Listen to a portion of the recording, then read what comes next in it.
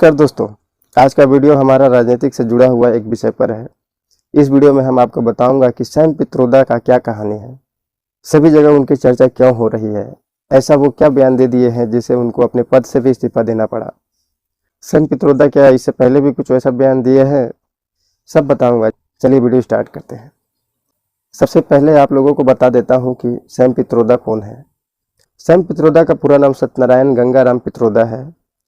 America में जो Indian overseas Congress है उनका यह अध्यक्ष भी है। हालांकि अध्यक्ष पद से इस्तीफा दे दिए हैं। उनका कांग्रेस से गहरा नाता है। वही राजीव गांधी के साथ भी काम किए। मनमोहन सरकार में तो वो यूएन के लिए प्रधानमंत्री का सलाहकार थे। साथ ही साथ वह उस समय जन सूचना और नव प्रवर्तन का एडवाइजर भी रह चुके हैं। 2005 से 2009 तक वे भारतीय ज्ञान आयोग का चेयरमैन भी रहे हैं। राहुल गांधी से उनका गहरा नाता है। यूँ कहें तो राहुल गांधी के साथ गुरु और चेला वाला संबंध है। सैम पित्रोदा राहुल गांधी का राजनीतिक गुरु के साथ साथ बौद्धिक गुरु भी है। समय समय पर राहुल गांधी इनसे गंभीर मुद्दों पर सलाह मशवरा करने के लिए भी मिलते रहते हैं। बीजेपी तो राहुल गांधी का अंकल भी कह के इनको पुकारती है। अब मेन मुद्दा पर आते हैं। सभी जानते हैं कि तीसरा चरण का चुनाव खत्म हो चुका है। लगभग आधा से अधिक सीटों पर मतदान हो चुकी है। इसी बीच विवादों का भी सिलसिला चल रहा है और कांग्रेस की तरफ से मानो इसका ठेका सैम पित्रोदा अकेले ही उठा रखा है। चुनाव का समय है। समय समय पर कांग्रेस और बीजेपी लगातार एक दूसरे से बढ़त बनाने की कोशिश कर रही है, पर सैम पित्रोदा जो है मानो कांग्रेस के गरीबी में आटा गीला करने के लिए मन बना लिए हैं। वे ऐसा ऐसा बयान देते हैं जिससे खुद कांग्रेस ही घायल हो जाता है। अभी कुछ दिन पहले विरासत टैक्स वाला मुद्दा शांत ही नहीं हुआ कि फिर एक नया मुद्दा इन्होंने खड़ा कर दिया। एक्चुअली में हुआ ये कि एक न्यूज़पेपर के लिए सैम पित्रोदा इंटरव्यू दे रहे थे। उस इंटरव्यू में भारत के विविधता और यहाँ के लोगों की जिक्र कर रहे थे, साथ में कुछ उदाहरण दे रहे थे। वो बोल रहे थे कि भारत विविधता से भरा हुआ है, लेकिन फिर भी सब एकजुट है। यहाँ तक तो ठीक है, कोई दिक्कत नहीं है।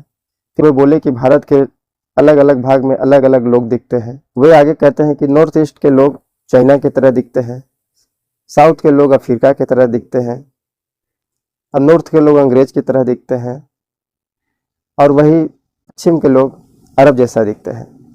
फिर क्या था, एक बयान उनका सोशल मीडिया पर वायरल होने लगा और बीजेपी को बैठे बैठाया एक मुद्दा मिल गया।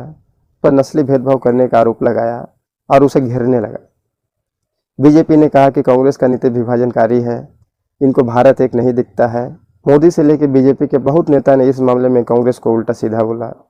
बढ़ते विवाद को देख के सैम पित्रोदा के इस बयान से कांग्रेस अपने आप को अलग कर लिया और कहा कि यह उनका निजी बयान है। साथ ही साथ कांग्रेस का महासचिव जयराम नरेश ने कहा कि सैम पित्रोदा जी जो भी बोले हैं वो बिल्कुल गलत है। भारतीय राष्ट्रीय कांग्रेस ये बातों से बिल्कुल अपने आप को अलग रखती है। बवाल बढ़ते गया। इंडियन ओवरसीज कांग्रेस के अध्यक्ष पद से सैम पित्रोदा इस्तीफा दे दिए और इस इस्तीफा को कांग्रेस ने स्वीकार भी कर लिया। वैसे सैम पित्रोदा ने पिछले महीने विरासत कर का जिक्र करते हुए भी उसका समर्थन किया था। सैम पित्रोदा ने कहा था कि अमेरिका में 55% विरासत टैक्स लगता है, सरकार 55% हिस्सा लेती है। उन्होंने कहा था कि संपत्ति जनता के लिए छोड़ देना चाहिए। उनका कहना था कि अगर किसी के पास 10 करोड़ की संपत्ति है तो उसके मरने के बाद उसे 45 करोड़ की संपत्ति उसे बच्चों को मिलना चाहिए और बाकी 55 करोड़ पर सरकार का अधिकार होना चाहिए। उन्होंने कहा कि भारत में ऐसा कानून नहीं है, ऐसे मुद्दे पर चर्चा करना चाहिए। इस बयान को लेकर बीजेपी ने कांग्रेस को निशाने पर ले लिया था। इस बयान पर बहुत बड़ा विवाद बढ़ा। कांग्रेस ने इस बयान से अपने आप को किनारा कर लिया। उस समय भी जयराम नरेश ने कहा था कि पित्रोदा के विचार हमेशा भारतीय राष्ट्रीय कांग्रेस के विचार को नहीं दर्शाता।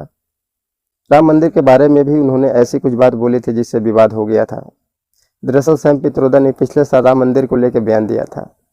सैम पित्रोदा बोले थे कि कभी कदार मंदिर जाना ठीक है, लेकिन आप उसे मुख्य मंच नहीं बना सकते हैं।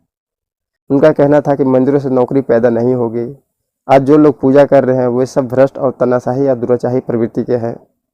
फिर क्या था, बीजेपी ने इस बात को लेकर कांग्रेस की बहुत उस समय आलोचना की थी। सैम पित्रोदा सिख दंगे के बारे में भी उल्टा सीधा बयान दिए थे, जिस पर बवाल मच गया था। बात 2019 का है। पित्रोदा से जब 1984 के सिख दंगों को लेकर सवाल पूछा गया था तो सवाल के जवाब में इन्होंने कहा था कि दंगा हुआ तो हुआ। पित्रोदा के इस बयान पर काफी बवाल मच गया था। पीएम नरेंद्र मोदी ने इस बयान को लेकर कांग्रेस की कड़ी आलोचना की थी। मोदी जी उस समय कहे थे कि सिख के साथ इतना बड़ा अत्याचार हुआ, कत्लेआम हुआ, और ये कांग्रेस कहती है हुआ तो हुआ। लोग मरे तो मरे, इनसे कोई लेना देना नहीं। उस समय बीजेपी कार्यकर्ताओं ने इनका पुतला भी फूका था। बात 2019 का ही है। इन्होंने मिडिल क्लास को लेकर भी एक बयान दिए थे। उनका कहना था कि मिडिल क्लास बहुत स्वार्थी है। एक टीवी इंटरव्यू के दौरान सैम पित्रोदा ने कांग्रेस की नया योजना के संदर्भ में अपनी बात रख रहे थे। सैम का कहना था कि देश में अगर न्यूनतम आय योजना लागू होता है तो इससे थोड़ा टैक्स बढ़ जाएगा। ऐसे में मिडिल क्लास को स्वार्थी नहीं होना चाहिए और उन्हें बड़ा दिल दिखाना चाहिए। एक तरह से इनका कहना था कि गरीब लोगों से भी टैक्स लिया जाना चाहिए, लेकिन गरीब लोग स्वार्थी है, टैक्स देते नहीं हैं। फिर क्या था, पीएम मोदी ने सीधे सीधे कांग्रेस को निशाना बनाया और विवाद खड़ा कर दिए। कांग्रेस पार्टी के बड़े नेताओं को इसके लिए सामने आके बोलना पड़ा। उस समय पूर्व वित्त मंत्री पी चिदम्बरम ने कहा था कि मिडिल क्लास पर टैक्स का कोई वृद्धि नहीं होगी। राहुल गांधी ने भी सामने आके स्पष्ट किया था कि नया योजना लोगों के टैक्स से नहीं आएगी। इसी साल जनवरी 2024 में भी एक संविधान के बारे में भी एक बयान दिए थे। उनका कहना था कि अंबेडकर से अधिक संविधान बनाने में नेहरू जी का योगदान है। उन्होंने कहा कि जवाहरलाल नेहरू ने संविधान के निर्माण में BR अम्बेडकर से ज़्यादा योगदान दिया था। इसके बाद बीजेपी ने कांग्रेस को बहुत उल्टा सीधा बोला और दलित विरोधी पार्टी कहा। बालाकोट का जब स्ट्राइक हुआ था तो उस समय भी उस पर सवाल उठाए थे। पुलवामा हमले पर भी सैम पित्रोदा ने विवादित बयान दिया था। उस समय समाचार एजेंसी NIA को दिए गए इंटरव्यू में पित्रोदा ने बालाकोट एयर स्ट्राइक को लेकर सवाल उठाए। उन्होंने मारे गए आतंकवादियों की संख्या को लेकर सवाल किया और कहा कि उनके बारे में और वो अधिक जानना चाहते हैं। इस बयान पर पीएम मोदी ने उन पर पलटवार किया था। प्रधानमंत्री मोदी उस समय कहे थे कि विपक्ष लगातार हमारी सेनाओं का अपमान कर रहा है। मैं इस देश के लोगों से अपील करना चाहता हूं कि विपक्ष द्वारा किए जा रहे इस बयानों पर सवाल करें। जो भी हो, सैम पित्रोदा कुछ अच्छा बोलना चाहते हैं, लेकिन किसी शराब के कारण उसके मुंह से हमेशा बात गलत ही निकल जाती है। जो भी हो, सैम पित्रोदा राहुल गांधी के गुरु हैं और गुरु का असर चेला पर पड़ता ही है। कुछ दिन पहले तक राहुल गांधी ने भी कुछ इस तरह के बयान दे के अपने आप को फेमस किए हुए रहते थे। जो भी कुछ बोलते थे उसका गलत ही अर्थ निकलता था। राहुल गांधी पहले क्लीन स्वीप रखते थे, लेकिन जब से वो दाढ़ी बढ़ाए हैं तब से वो कुछ सुधरा और समझदार टाइप के दिखने लगे हैं और ऐसा कुछ उटपटांग बयानबाजी भी अब उनके मुंह से नहीं निकलता। चलिए, राहुल गांधी का सुधरना भारतीय राजनीति के लिए एक अच्छा संकेत है। हमारे द्वारा दी गई छोटी सी जानकारी अगर आपको अच्छा लगा तो आप हमारे चैनल को सब्सक्राइब करें, वीडियो को लाइक करें। बहुत ही जल्द मिलते हैं एक अगले वीडियो के साथ। तब तक के लिए नमस्कार।